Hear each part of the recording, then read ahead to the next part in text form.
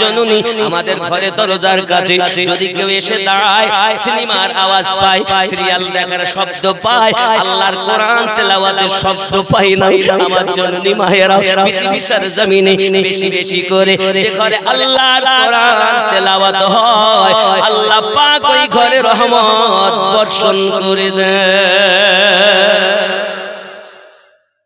আমাদের ঘরে কোরআন Syria, Syria একটু সময় হলো সিরিয়া, সারা দিন বেটাও এরকম হয়েছে, বিটিও এরকম হয়েছে।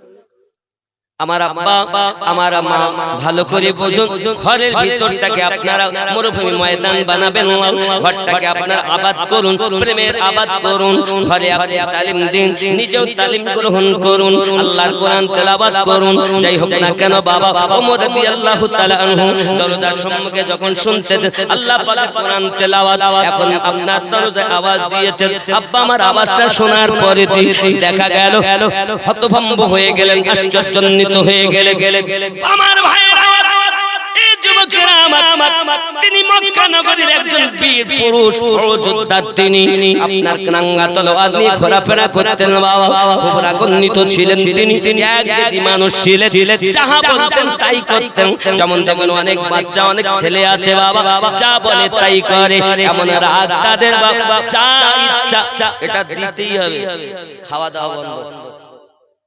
বাপ আদর করে, বাবা টাকা নাই কোথা থেকে দেব, মা বলে বাবা কোথা থেকে দেব, আমি কিছু দেব না।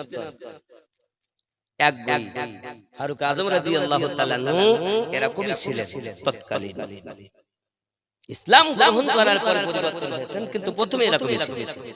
এক যা বলবে তাই, যদি বলে তোরে মেরি খাও তা এরকম। এখন হযরত ওমর রাদিয়াল্লাহু তাআলা আনহু বড় রাগান্বিত মানুষ, তিনি করলেন কি বাবা, দরজা যখন আওয়াজটা পেয়েছে তার বোনেরা সঙ্গে সঙ্গে আশ্চর্যান্বিত, উপায় নাই দরজাটা খুলতে, বলছেন দরজা খোলো। আব্বা আমার কোরআন মাজিদটাকে আপনারা সাইড করে রেখেছেন, রাখার পরে দরজাটা খুলে দিয়েছেন। ওমর রাদিয়াল্লাহু তাআলা আনহু জিজ্ঞাসা করে, বোন তুমি কি ধর্ম ত্যাগ করে দিয়েছো?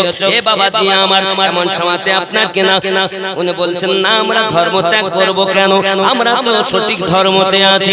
আব্বাজি আমার মার শুরু করেছেন, আঘাত করে দিয়েছে মুখের ভিতরে, আঘাত করে দিয়ে রক্ত যখন পড়তেছে বাবা, স্বামীকে বাঁচানোর জন্য আপনার স্ত্রী যখন এগিয়ে গিয়েছে, ভাই আমার এমন করে আঘাত করো